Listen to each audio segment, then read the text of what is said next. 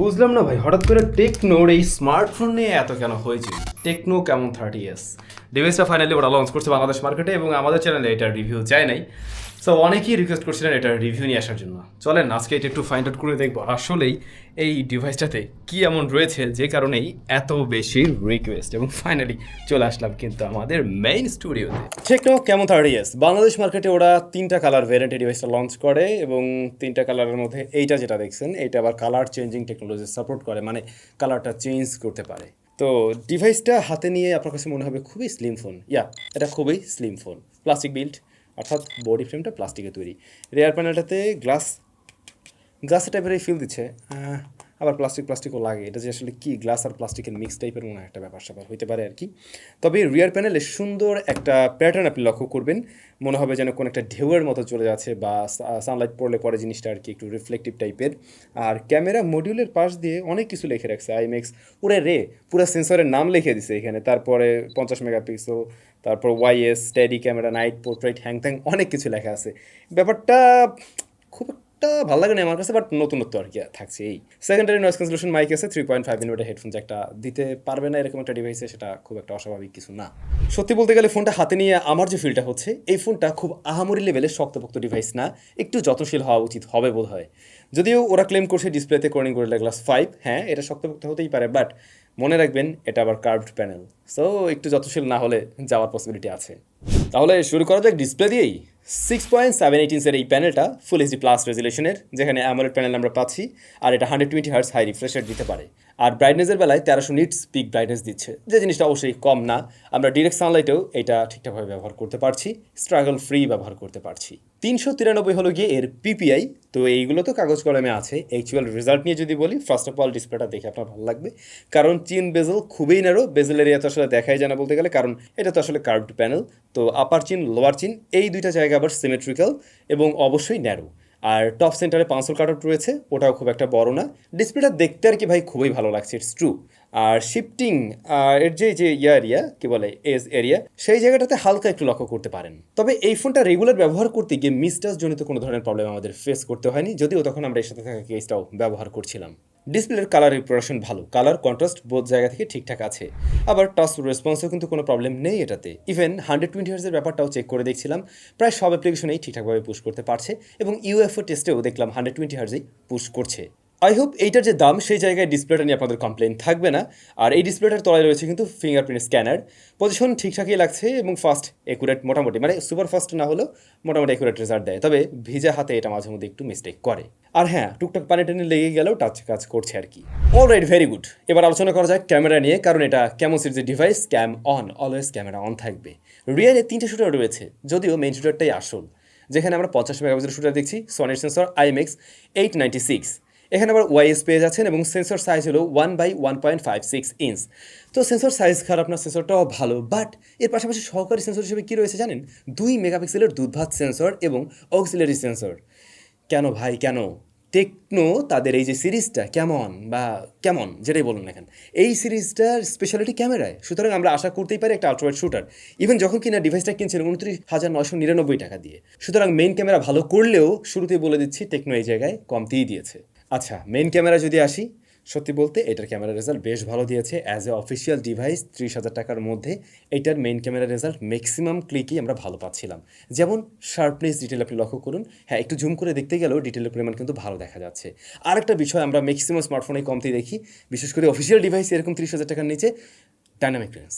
সেই জায়গায় কিন্তু এই ফোনটা ভালো করছে, এবং আমরা একটু ক্রিটিক্যাল সিনারিওতে ছবি তুলে দেখছিলাম যে আসলে কি ডাইনামিক রেঞ্জটা মোটামুটি ভালো। ডে লাইট কন্ডিশনে এই ডাইনামিক রেঞ্জ আসলেই বেশ ভালো দেখাতে পারছে, যেমনটা হয়তো আপনারা ম্যাক্সিমাম ছবি থেকেই বুঝতে পারছেন। মাঝে মাঝে কমপ্লেন করি এক্সপোজার ব্যালেন্স করতে গিয়ে ফোনগুলো হিমশিম খায়, সেই জায়গায় কিন্তু এই ডিভাইসটা ভালো রেজাল্ট করছে। লো লাইটে কিছুটা সফট করে ছবি, গ্রেইনের দেখাও পাওয়া যায়, এটা স্বাভাবিক ব্যাপার। বাট আপনি যদি নাইট মোড অন করে নেন রাতের বেলা, সেক্ষেত্রে কিন্তু এর থেকে ভালো আউটপুট বের করা যায়। খুব বেশি সময় যে স্টাডি করে ধরে রাখতে হয় এমনটাও না, তবে তখনও বেশ ভালো আউটপুট দিতে পারে। যদিও সেক্ষেত্রে একটু কন্ট্রাস্টি লাগছিল ছবিগুলো, আমার কাছে একটু স্যাচুরেটেড লাগছে। আবার এটাও ঠিক, লো লাইটের ছবিগুলো একটু কন্ট্রাস্টি না হলে কিন্তু দেখতে ভালো লাগে না। তো সেই জায়গা থেকে এটা মেনে নেওয়ার মতো ছিল অবশ্যই।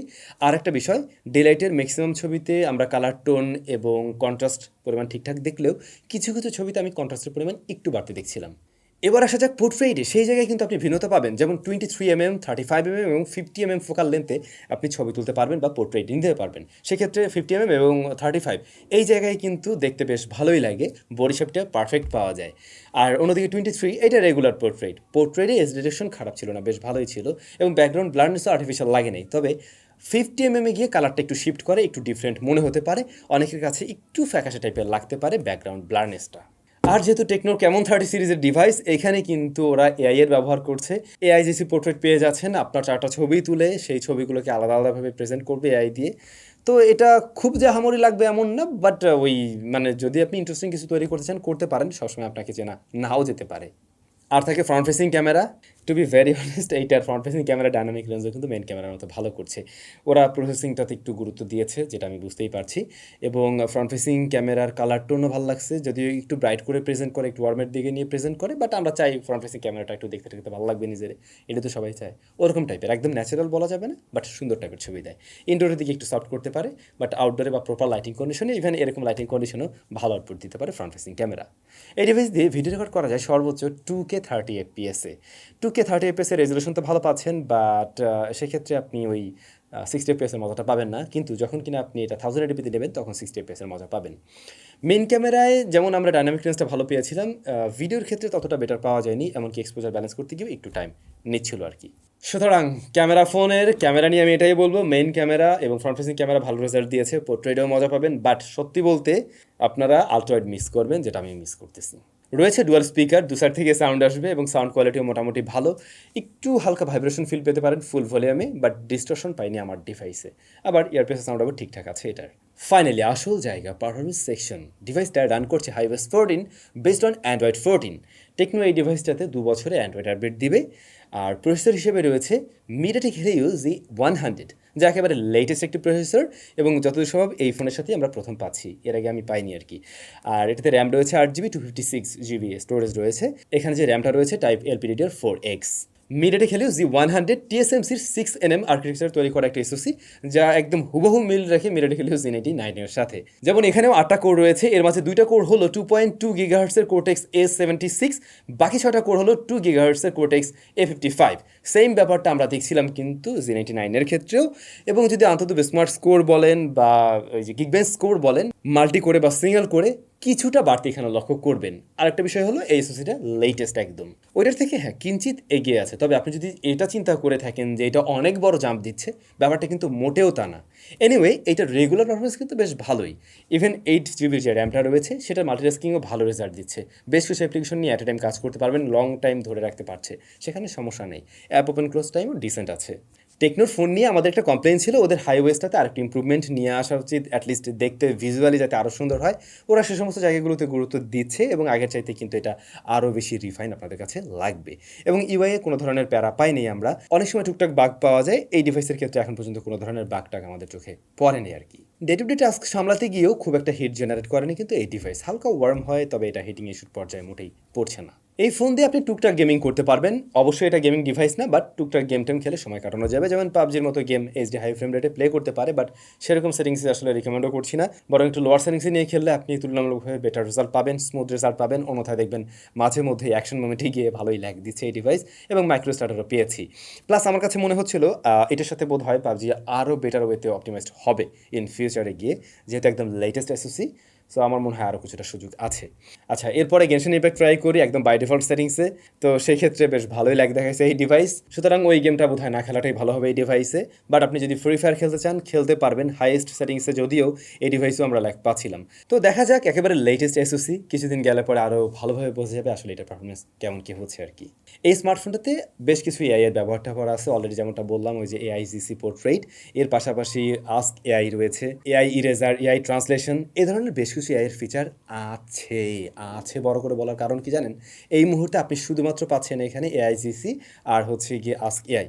বাকি যে এআই এর ফিচারগুলো, সেই সুবিধাগুলো আপনারা পেয়ে যাবেন এই মাসের শেষ দিকের মধ্যে।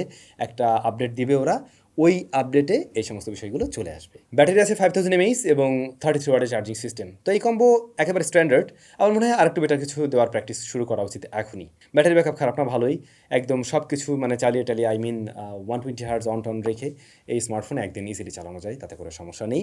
আমরা প্রায় 8 ঘন্টার মতো ছুটি পাচ্ছিলাম এটার থেকে। আরও কয়েকটা বিষয় আছে, যেমন এটাতে IP54 এর রেটিং আছে, TUV ব্লু লাইটের সার্টিফিকেশন আছে। সো ইয়া, এই হচ্ছে গিয়ে টেকনো ক্যামন 30s। কেমন 30s দেখতে অবশ্যই সুন্দর একটা ডিভাইস। দেন যারা কিনা স্টাইলিশ ফোন পছন্দ করেন তাদের ভালো লাগবে। মেইন ক্যামেরাটা অবশ্যই ভালো, তবে আলট্রা ওয়াইড আমি মিস করছি, এই জায়গায় কমতি অবশ্যই আছে। আর এইটার যদি আরেকটা RAM variant 6 GB RAM variant দিয়ে দাম বেশ কিছুটা কম রাখতে পারতো তাহলে অনেক দারুণ হতো। ইদার এইটার দামটা একটু বেশি লাগছে আমার কাছে, দামটা আর একটু কম হওয়া উচিত ছিল। টেকনোর কাছ থেকে এমনটা আমাদের এক্সপেকশন থাকে। এই ফোন সম্বন্ধে আপনাদের কি মতামত, বা কারাই কিনছেন অলরেডি বা কিনবেন, সেটাও কমেন্ট করে জানাতে পারেন। ভালো থাকবেন, অনেক বেশি ভালো।